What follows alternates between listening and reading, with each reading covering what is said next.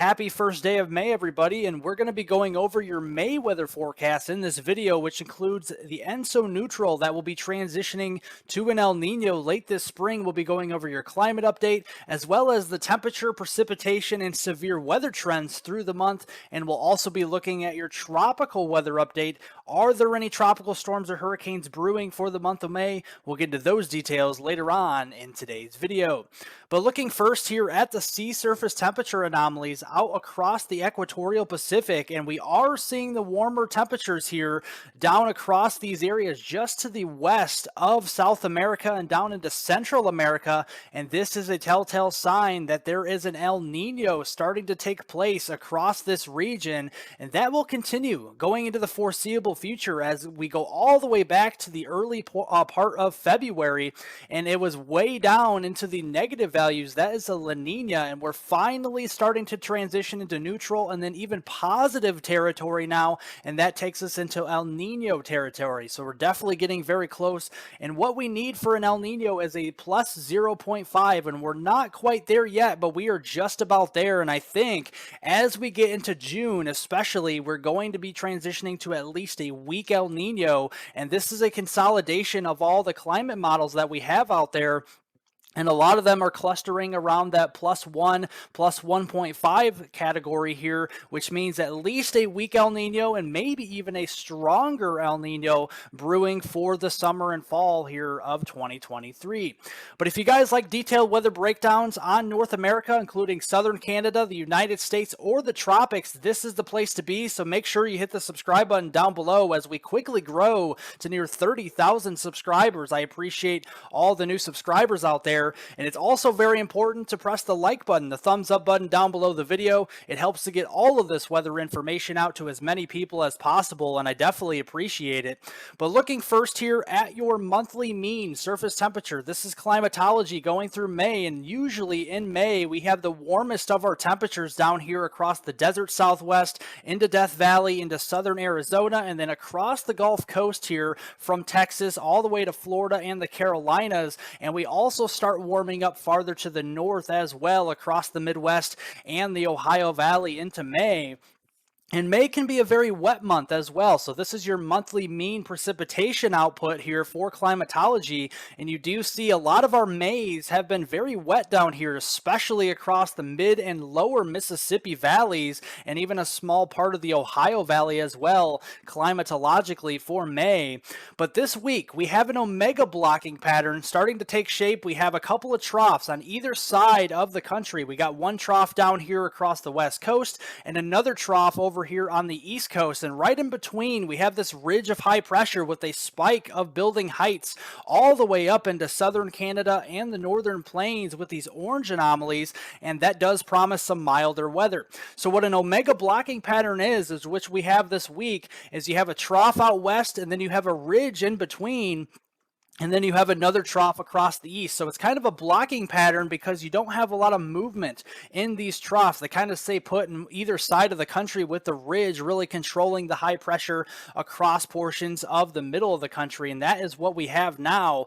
So my temperature outlook for the first week in May. So this is from May 1st today through May 7th. I do think with this blocking pattern, we're going to have above normal temperatures over here into the West Coast and especially into the Intermountain West. This does include the Rockies. In between, we got some normal weather, especially across the Great Plains, and then below normal temperatures across all of the eastern 2/3 of the country, with our most below normal across the Ohio Valley and down into the deep south. So that is what we're seeing with our temperatures this week, and you can see that highlighted today. We have the cooler temperatures across the Great Lakes up here into the upper Midwest. We're only into the 40s and 50s up here today, but back to the west where we have that ridge building, that's where we're having the 70s and 80s out here into the Rockies, parts of the southern plains into the southeast here on your Monday. But as we go through the week, this blocking pattern will start to shift just a little bit further to the east with this ridge building, and that means we'll be promised with more 70s and 80s across the Great Plains on Wednesday, 60s returning for places like the Twin Cities, getting close to Chicago there, and then down into the Nashville region. And then by the time we get through late this week on Friday, May 5th, we'll see that ridge build a little bit farther east as well. So we'll get back into the 70s and 60s here across the Midwest and the Ohio Valley, and even some heat down across Texas and the Gulf Coast, where 80s and even some low 90s can be felt, especially near the Dallas-Fort Worth area, Abilene, and then getting down into the Austin and San Antonio regions on Friday. But you also see the trends with the jet stream. So this is your mid-level jet, your 500 millibar jet stream here this week. And you see that trough across the West Coast and across the East Coast. There's not a lot of movement in the air across the middle of the country with that high pressure system. So that means all of our precipitation, for the most part, the heaviest of it anyway, will be across either side of the country. So you have the heavy precipitation out here across the Pacific Northwest, down across the West Coast, and across the Great Lakes and the Northeast. But in between, there could be some rainfall, but generally lighter amounts, anywhere from about a quarter to up to an inch of rain in some spots across portions of the Great Plains, the Southern Plains, and portions here of the Missouri Valley going through next Monday on May 8th. But then looking at the precipitation outlook here for May 1st today through May 7th, with those troughs on either side of the country, I do believe we'll have above normal precipitation all across the Pacific Northwest, down into California, Nevada here. But in between, underneath that ridge, I do think we'll have more below normal precipitation favored across the Great Plains, down here across Dixie Alley into the southeast, and then that other ridge over here into the East Coast will provide us with above normal precipitation across the Great Lakes, the Mid-Atlantic, and the Northeast going through this week. But as we go into next week, this is the second week in May, and we start to see some changes take place. So this is May 8th through the 14th. This goes right up towards Mother's Day weekend, and you see building heights across Canada and the northern United States. But underneath that, we're going to have a lot of troughing start to build across the desert Southwest, through the Southern Plains and the Southeast. And with that said, the above normal temperatures into next week from May 8th through the 14th will be felt across the northern United States, especially up here across the Northern Plains, the upper Midwest, and the Ohio Valley. But underneath that, where we have more of the troughing building and the unsettled weather, we'll have below normal temperatures all across the southern United States, from California to Texas and over here into Florida going through next week. And again, it's all due to this wet weather. We have a lot of rainfall on the way as we get toward the second week in May. Above normal precipitation I'm forecasting from the Pacific Northwest down here across the Southern Plains and the Southeast, with the most concentrated rainfall down here across Texas, portions of the Arklatex, and getting into the southeastern states. But up to the north, underneath that ridge, we're going to have below normal precipitation. It won't be completely absent. We will still have some rainfall, but generally through the week, I do think below normal precipitation is favored from the Midwest through the Great Lakes and into the Northeast. Now, as we get beyond Mother's Day, this is getting towards the second half of May. This is May 15th through the 21st time frame. This definitely starts to build even stronger. So we have the building heights again across Canada into the northern United States, and we still have some troughing underneath that down here across the Southern Plains and the Southeast, but we do start to see warmer heights building across the United States. So in general, much above average or much above normal temperatures can be expected across a large chunk of the country, with more normal conditions from the Rio Grande Valley up here across New Mexico, Arizona, Southern Nevada, and Central and Southern California. But in general, the third week in May, from May 15th through the 21st, will be a warm one across the country, and it also will be active. So across the Pacific Northwest and the Rockies here, I expect much above average or above normal precipitation through that time frame. And I think another area down here we'll have to watch is across Kansas, getting into Oklahoma, and down through the Dixie Alley region for above normal precipitation during that third week into May. But also, again, under those building heights up here across the upper Midwest, the Great Lakes, and the Northeast, unfortunately, will still be a little bit below normal during this period going through that third week in May. Again, the rainfall won't be totally absent, but during that whole week, averaging it out, it will be below normal. But then as we finally get toward the last 9 to 10 days of May, from May 22nd through the 31st, we start to see building heights all all across North America, including the United States and southern Canada. And with that said, I think our first major heat wave of the season does look to take place east of the Rockies, all across portions of the Great Plains, especially in these red shaded colors, well above normal temperatures during the May 22nd through the 31st time frame. And then we'll have some troughs starting to build down here across the southwestern United States. So we'll be trending below normal back across California, Nevada, getting into southwestern Utah and into Arizona during this time frame. But it also will be active. So with the wet weather here and the warmer temperatures, we could be seeing some severe weather. So definitely something to watch out for. But I do think generally above normal temperature or precipitation will be likely across the northern Rockies, down through the Great Plains, and parts of the Midwest during this period. But again, below normal precipitation will be favored once again across the Northeast and into the Mid-Atlantic during that last week into May. And looking here at the drought monitor, this is the U.S. drought monitor here that was released this past Thursday on April 27th, and it's really building out here across especially the Central Plains. We have exceptional drought overtaking much of central and western Kansas down into the Oklahoma Panhandle here, with extreme drought surrounding that in those areas. And looking at the U.S. monthly drought outlook that the Climate Prediction Center did post just the other day, they do expect drought development to be likely across parts of Iowa here, western Illinois, northern Missouri, into northeastern portions of Kansas. This does include the Kansas City region, Des Moines, down here into Kirksville, Missouri, with that drought persisting across much of this region, an exception to southwestern Kansas and parts there of Oklahoma. So we'll continue to watch that evolve through the month. And why this is important? Well, getting through the first week here into May, we have those dew points are a little bit lower. We have a clear out of the dew points. These will be well off to the south, so we're not talking much in the way of severe weather today. But as we get through the later part of this week toward this upcoming weekend, we start to see a resurgence of the dew points and the moisture from the Gulf of Mexico. Dew points will be back in the 60s and 70s from the Central Plains down through the Southern Plains and into the Gulf Coast here. And we have a weak shortwave trough moving in across the Four Corners region. So as this interacts with that moisture, we could be talking about some severe weather. So the severe weather frequency first during the first 10 days of May, this is from May 1st through the 10th, I think it's 4 times higher in this orange shaded color from Nebraska, southern Iowa, down south here across portions of the Missouri Valley, the central and southern plains here, and it's 2 times higher in this yellow shaded color surrounding that as well. So definitely something to keep an eye on during that first week or 10 days into May. And I think this is trending toward the latter part of that time frame, toward the 10th time frame with this possible. But as we get past that time frame, we'll see another cold front drop those dew points back down closer to the southern plains and the southeast. And then we'll see that instability hang around across Florida, the southeast, and the southern plains during this time frame.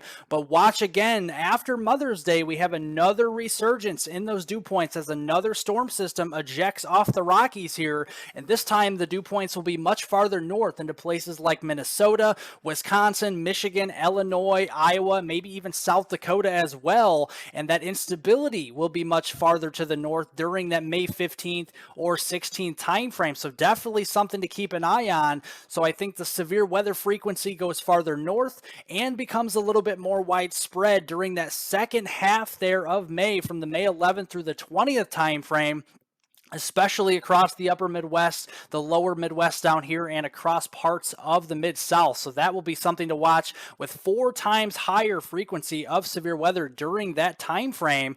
And then as we get into late May, this is getting very interesting. So we have those dew points again. Another cold front drops in from the north, erases some of the moisture across the upper Midwest and the Great Lakes for a time. That means more moisture across the south during the 21st of May. That's where the higher instability will be. But as we get through the last few days of May, toward May 28th or the 31st time frame, we will see another major spike in the dew points and moisture up here, even farther north again into the Midwest, the Ohio Valley, and the northern plains. And these dew points could be higher into the 70s, perhaps pushing 80 degrees in a few spots by this time frame. And this could result in some stronger, if not extreme, levels of instability towards late May across portions of the Great Plains and getting into the Midwest and Ohio Valley. And we have to watch this as well. So the mid-level jet stream toward that last few days of May, or the last week in May, will be northwest to southeast. Up and over this ridge, we're going to have a ridge of high pressure anchored down here across the Four Corners and the southern plains during that last week into May. And we always have to watch this northwesterly flow. Over top of that, we get these ridge rider type of MCS patterns, or mesoscale convective systems. And I think the frequency of severe weather gets a little bit more intense and a little more widespread down here across portions of the Midwest and into the Ohio Valley. So in this red shaded color, that is where my confidence is highest for the potential of a couple of derechos or windstorms going through that last 10 days there into May, from May 21st through the 31st. But I also do think there's going to be another elevated area of frequency for severe weather as well down across the southern plains, including Oklahoma, North Texas, and farther east across the Dixie Alley region during those last 10 days there into May. So that will be something to watch. And speaking of derechos, the derecho frequency by the month is highest in May. You have the frequency up to 22% in May. It drops off to 20% in June and then spikes again in July up to 21%. So climatologically speaking, May is the most frequent month for derecho. So that will be something to keep an eye on moving forward. And looking at the derecho climatology, especially across the Ohio Valley, parts of the lower Midwest down here, and even parts of the Twin Cities, you usually average one derecho every single year, with 4 derechos every 3 years down here into northeastern Oklahoma, southwestern Missouri, and northwestern Arkansas. So definitely an interesting statistic to look at getting through this upcoming May. And how these work: when you have an anchored high pressure system or a heat wave down across the southern plains or the southeast, air around a high pressure system is clockwise. So you could see serial or progressive derechos, and usually progressive derechos are the strongest and fastest moving as well. And that is very well what we could be seeing up across the upper Midwest, the Ohio Valley, and parts of the Mid-Atlantic going through the late half there of May. So that will be something to keep an eye on. So this is my official May forecast for 2023, starting up here in the Pacific Northwest in the purple shaded colors for Washington State, Oregon, and Idaho. It will be warm and it will be stormy. There's going to be plenty of rainfall, plenty of thunderstorms up in this area, but it will be warm. So we're trending above average during the month of May. Underneath that, we do have troughs for the majority of May, especially during that second half of May down here across California and Nevada. So we will be trending cooler in those areas. In these green anomalies here, the dark green across the Four Corners region, I think it will start dry for the first half of May, but then trend rainier as we get toward the second half of May from Mother's Day onward. And then up across the yellow shaded colors into Montana, Wyoming, North Dakota, Minnesota, Wisconsin, and Michigan will start the month chilly, and then we'll trend warmer as the month of May does go on. So definitely wait it out, and we'll be seeing much warmer conditions during the especially Mother's Day onward here across those areas. In between, we have the battle zone going on. So we have severe weather as we have the derecho pattern showing up toward late May, especially across South Dakota, Nebraska, Kansas, Iowa here, getting down into Missouri, Illinois, Indiana, Ohio, and Kentucky. So that will be something to keep an eye on for that as well. It will trend drier down here across the Northeast and the Mid-Atlantic. So as we do see some rainfall, the majority of the month, when you average it out, will be much drier. So definitely something to keep an eye on, especially for that I-95 corridor. And then underneath that, it will be very active, very rainy. So soggy conditions and even some flooding will be possible from Texas, Oklahoma, eastward toward the Carolinas, Georgia, and Florida. So that will definitely be something to watch as we go through the month of May as well. Now turning our attention to the tropical weather update. So going through May, we start to be worrying more about the tropics. So we start seeing these reds and yellows starting to show up. So the tropics will start to wake up a little bit more in the Atlantic as we go through the middle and late portion of May, but it really starts spiking quickly once we get to late May and early June, with the Eastern Pacific Ocean.